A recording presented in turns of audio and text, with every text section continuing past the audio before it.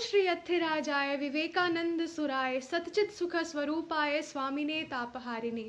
मैं साक्षी पाठक Delhi university students union के द्वारा अखिल भारतीय विद्यार्थी परिषद के द्वारा आयोजित इस प्रतियोगिता की प्रतिभागी होने हेतु आज आप सभी के समक्ष अपनी विचारधारा स्पष्ट करना चाहूँगी।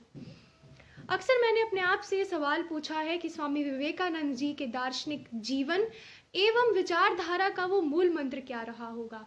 जहां एक तरफ महान द्वैतावादी माधवाचार्य जी का ये मानना था कि एक और अनेक में उतनी ही सच्चाई है, परंतु वे दोनों समान नहीं।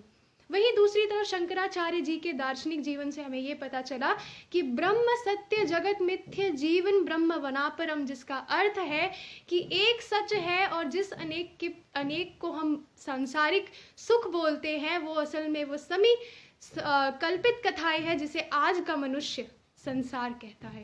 परंतु इन सभी विचारधाराओं और मूल मंत्रों के बीच हमारे यूथ आइकन माने जाने वाले विवेकानंद जी का क्या कहना था। वे कहते कि एक में भी उतनी ही सच्चाई है जितनी अनेक में है, और एक और अनेक में किसी प्रकार की समानता नहीं। एक सच है और सच ही ब्रह्मा है। अगर आज हम अपनी दुनिया को देखें तो इस दुनिया की खूबसूरती, इस वैश्विक सुंदरता ही इसकी विविधता का प्रतीक है।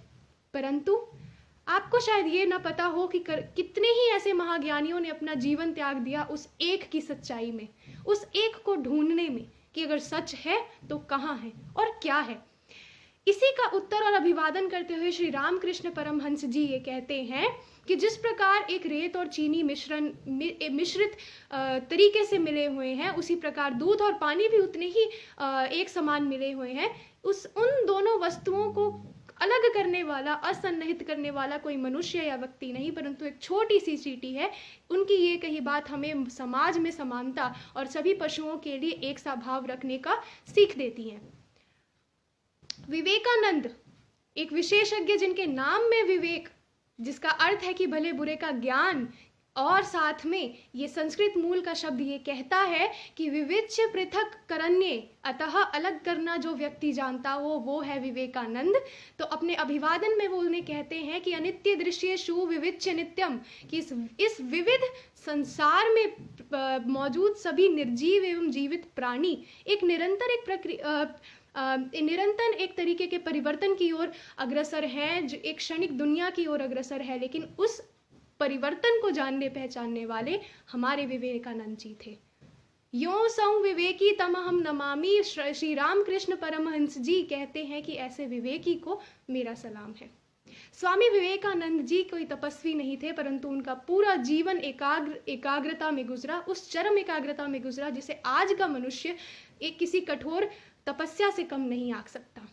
अंत में उन्होंने यही कहा था कि मेरा अगर किसी ऐसे व्यक्ति को जो मेरे बारे में ना जानता हो, अगर उसे बताना हो कि मेरे जीवन का उद्देश्य क्या है, तो उसे ये बताना कि मेरे जीवन का उद्देश्य मानवता को देवत्व की ओर ले जाना था। और देवत्व को हासिल तभी कर सकते हैं जब हमें ये पता हो कि इस विविध संसार में एक तरफ जो खूबसूरती हम सबको मोह लेती है, दूसरी ओर उस मनुष्य जाति जो कठोर पीड़ा से गुजर रही है, उनके प्रति अगर एक मनुष्य में संवेदनशीलता, अगर उनके प्रति एक मनुष्य में एक सहानुभूति एवं प्रेम का भाव है, तो उसे समझ लेना चाहिए कि उसने देवत्व को हासिल कर लिया है।